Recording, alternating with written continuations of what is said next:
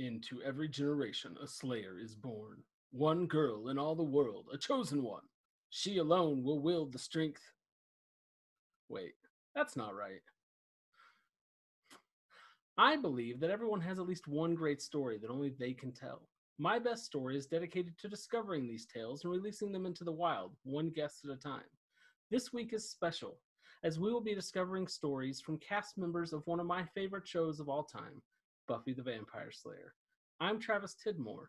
Join me as I discover Larry Bagby's best story.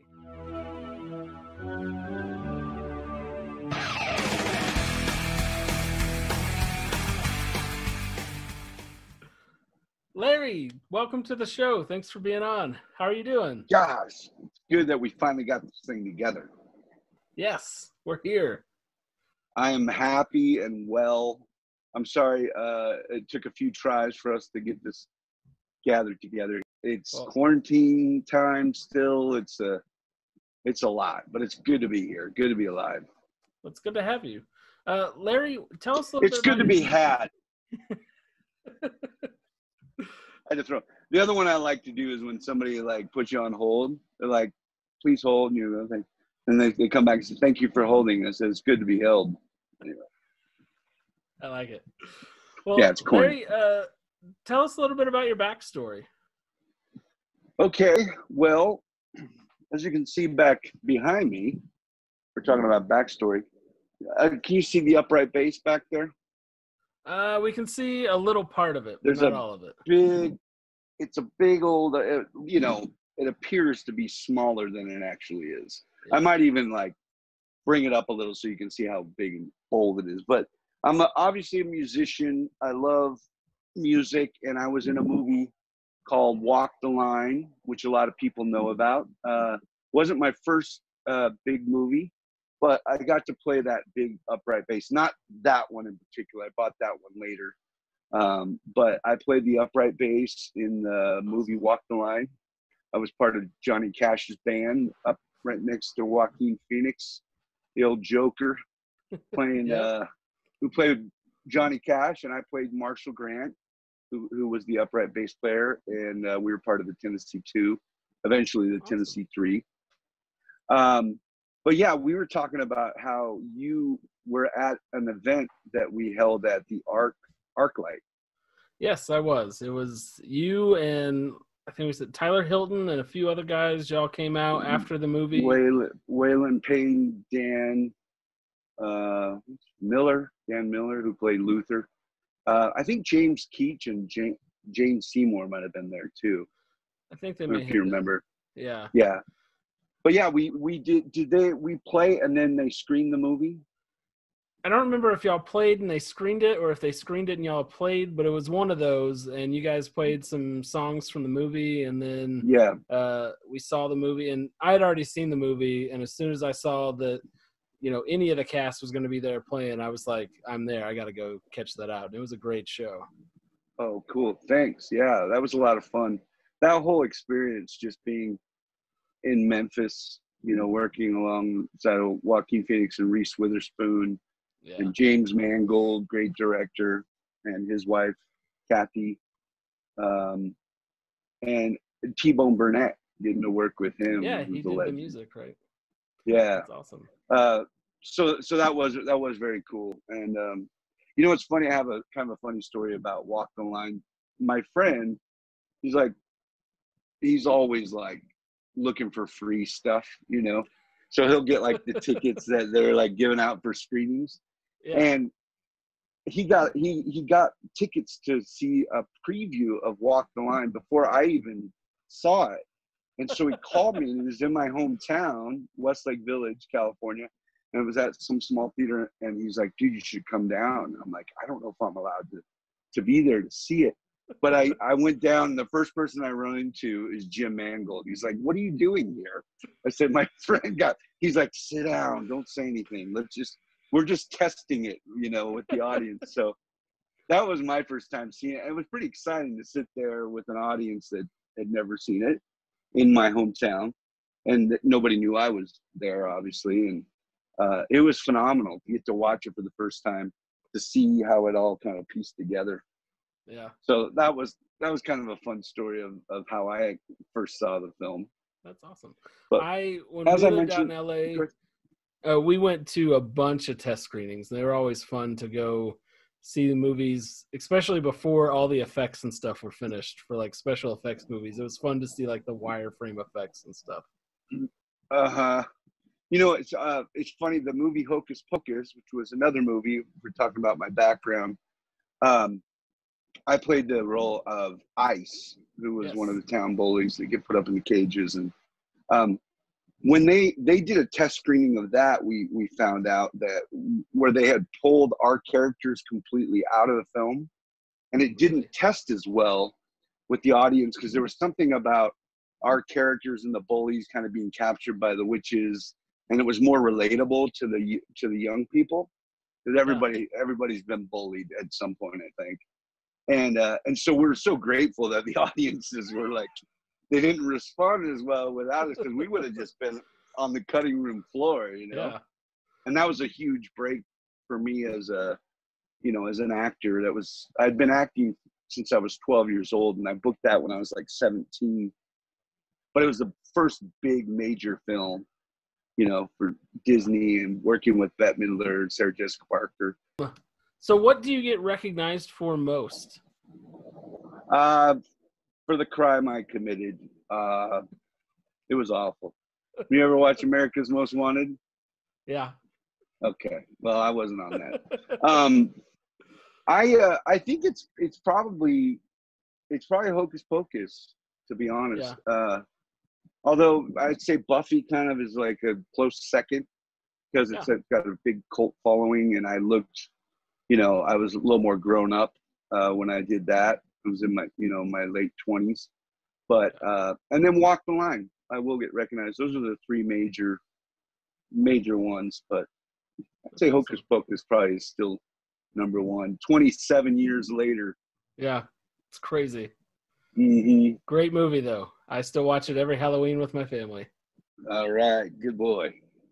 Keep it going, man. We got to keep it going on to the next generations, Yep, my kids love it. Cool. So, Larry, what is your best story? That I had to think about that when I watched, because I watched your show and I like what you do. I saw the last one you did. I don't know if it was the last one with I think he's Lawrence or Mark Christopher Lawrence. Yeah. Yeah, that story. I mean, he really almost killed that whole like comedy thing. That was, I mean, you can't really top a story like that because mine doesn't really have to do. It doesn't deal with death and comedy as much, but.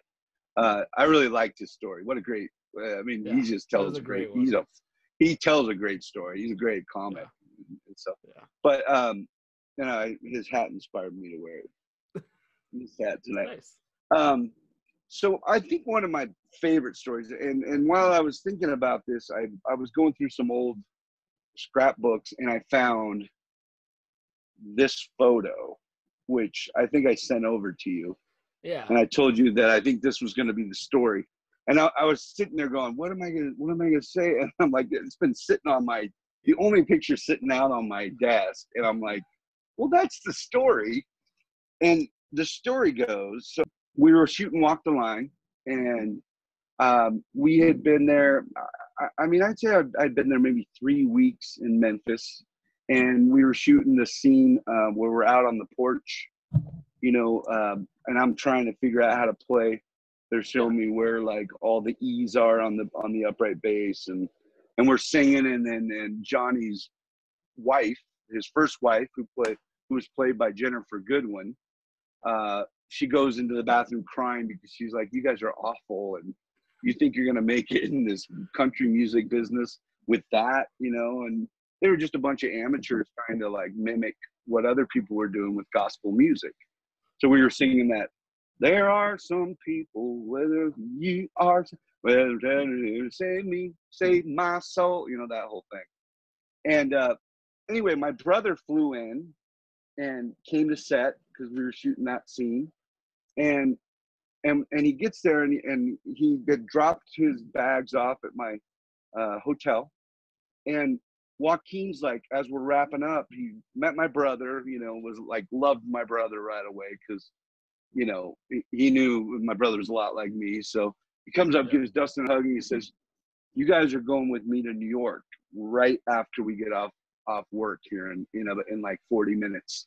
We're like, what do you mean? He's like, I got to go do some press for The Village, which he had just shot. And so he said, Michael Eisner's plane is flying me to New York, but I don't want to go alone. I'm not a big fan of flying, and I want you guys to join me. We're like, we don't have clothes or anything. He's like, you can buy clothes when you get there. We'll just figure it out. So me, my brother, and as you see, Jennifer Goodwin, who jumped on the plane with us. We get on this cool little plane. They ask us what we want to eat, you know, eat and drink. And the stewardess said, you know, went off and got the stuff for us while we waited on the plane. And then we're like off to New York. I'd never been to New York before. Neither of my brother. And here we are with Joaquin Phoenix and Jennifer Goodwin on a Michael Eisner's jet flying to New York for the first time with no clothes and no plans, but just like, this is going to be great. But what was crazy was what made it so much more dramatic. And we don't know if Joaquin was like just messing around with my brother. My brother, he smokes and they're not supposed to smoke in the plane. So, but as we're just getting up off the, you know, just as we get flying into the air, Joaquin's like freaking out and he's grabbing all of our drinks. He's like, I have so much anxiety. We're all gonna die. And he's just like freaking out. We're like, oh my gosh. He's like, this is not gonna be good. And we're like, what is going on? So he kind of calms down and we're all kind of hanging out a little bit. And then there's some turbulence. Meantime, my brother's like, he's like, let's go have a cigarette in the bathroom. They're like, you can't smoke, man. We'll do whatever we want. So him and my brother go into the bathroom. They're smoking, and the plane starts to go. And Joaquin's like, dude, we're going down, man. I'm telling you, I can feel it. Let's just get ready. And so we all like sit down, and everything was it was fine. But he was just like so much anxiety. It made me think, you know, I was like, I thought I had a little anxiety when flying. But anyway, long story longer, we're finally coming back down, and he calmed down some, and I don't know, we were taking Xanax and drinking. It was all whatever Johnny Cash and his crew was doing. I think he was kind of living that world, you know, a little bit of method stuff going on. I don't think any meth, but method acting. And on the way down, my brother's got like a glass of wine or something, and it spills, and so the stewardess is getting up, but it was really choppy, and it was one of the scariest flights coming down. It just felt like we were just like a kite in the wind, and we made it down, and everything was cool. But I just was like, that was the most intense, not just because it was kind of a turbulent flight, but being with Joaquin, who is so convincing, even if we're not going to die, he made you feel like we're going to die, you know? So we got down, and he's like, I'll see you guys in 3 days. And he just said, go figure out your deal. I got to go do this press, and then we'll meet back at the plane. So Jennifer helped us find a hotel at the Soho Grand or whatever. We went and found some clothes on the street, just went down to some things. But we went out, we were dancing, clubbing, and it was amazing. Our first time in New York was just like, felt like kids in Vegas or at Disneyland for the first time. Yeah. And then we got done with all that, and then we meet him back at the plane, and the way home was a little bit more relaxed, but still, like, I was not looking forward to that thing going back, you know? So it was a phenomenal way to go to New York for the first time. And then he invited us again when we went to New York for the premiere itself. He like took care of me and my brother and said, don't stay at the hotel that they're putting you at. Come and stay with me at Four Seasons. So he just hooked us up, and he would take off to do his thing and leave us to just enjoy the room and everything. Super generous, bought like so much food and sushi and all this fun stuff for us. And a little intense at times, but on the way back after that premiere in New York, we actually got to, he wanted us to fly back with him. So we flew back on another private jet, which Reese was on with us too. Nice. But it was just like amazing. I guess it's one of my favorite stories because, first of all, who gets to be in a movie with Academy Award winner Joaquin Phoenix and Reese Witherspoon, right? Yeah. And I was just like a fly on the wall, and my brother gets to come join me. And then he takes to my brother and wants to let us fly in the private jet. But it was just an amazing experience. And that was the first time I got to see New York, and it was an amazing way to go, That's awesome. That's really cool. So that's the story. Well, I always like hearing about celebrities who are genuinely nice people, even if they are a little intense at times. Yeah, That's of course. awesome. We're all a little intense at times, I think. But yeah, he's a class act, and he's got a very kind heart. He one of the things I saw him do, just he didn't say much about it, but his very first agent he kept all these years, and even though she's not really working with other actors anymore, he was buying her groceries and just taking care of her as a person. That's awesome. It was like that kind of stuff, and you could see he's a very genuine, takes care of his family and stuff. I'm happy for him and all of his success, and grateful that I got to work with a master of a craft like acting. And did you say you wanted to do a song for us? I'd love to. If you want to hear a song, I'll play you a song. You're doing music a lot these days, right? Yeah, I am. This is that upright bass. I don't know if you can see it. You see it? Yes, that's beautiful.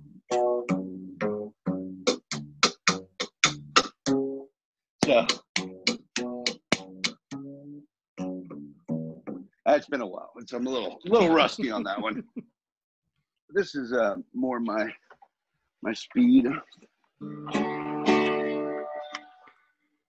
So I grew up, and my dad was in a band and played the accordion, and so I had a lot of opportunities to jump on stage, and I was always just a big fan of like Elvis and the Beatles and all that.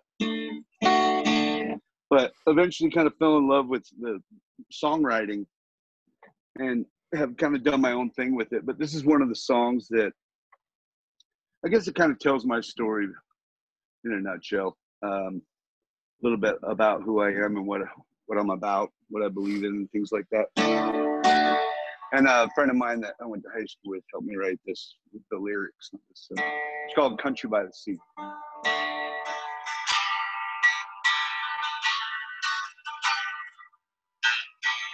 Corn-fed hometown, California boy, love the ocean and the sunshine, waves settle me to joy. Mom's from West Virginia, daddy's from LA, wear a cowboy hat, designer jeans, and that laid-back southern way. When I didn't go to college, studying philosophy, my music through the faith is how he speaks to me. Don't have no certificate of what I am to be. I've got a genuine degree. Sing country by the sea is for compassion. C is for charity, well, C is for the center, the core of you and me. Well, love's what connects us from heaven to earth, and C is for the man who died for you and me. Well, he didn't go to college or study philosophy. The music through the faith is how he speaks to me. Don't have no certificate. What you get is what you see. I got a genuine degree. sing country by the sea.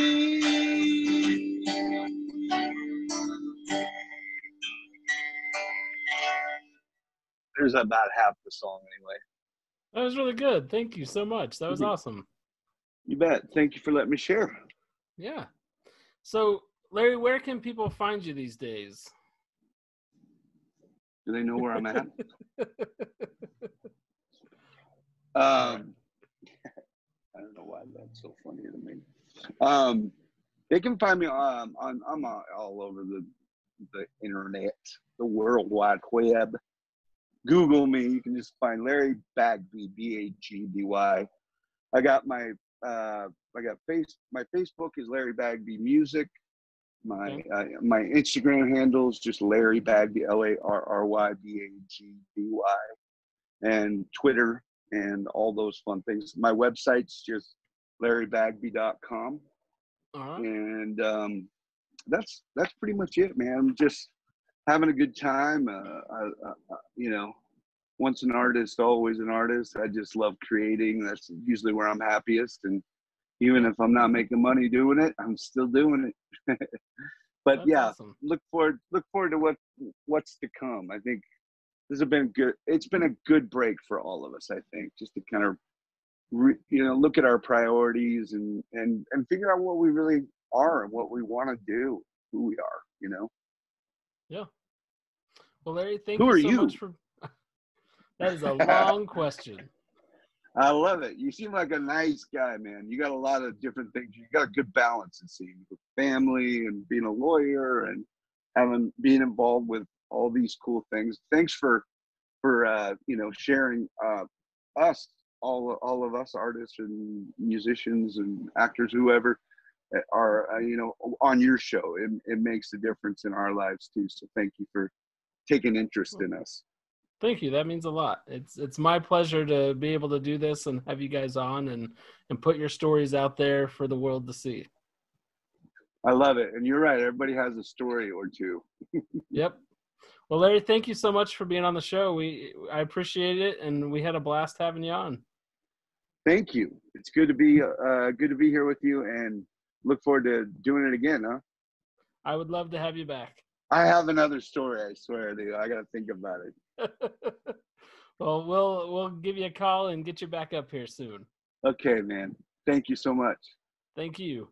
Thanks to Larry for being the very first guest on our big Buffy event. Check back here Wednesday for an all-new episode. We will be dropping new episodes Monday, Wednesday.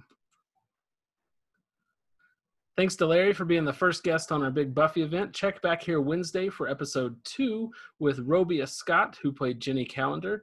The theme music today was the Buffy theme by Nerf Herder.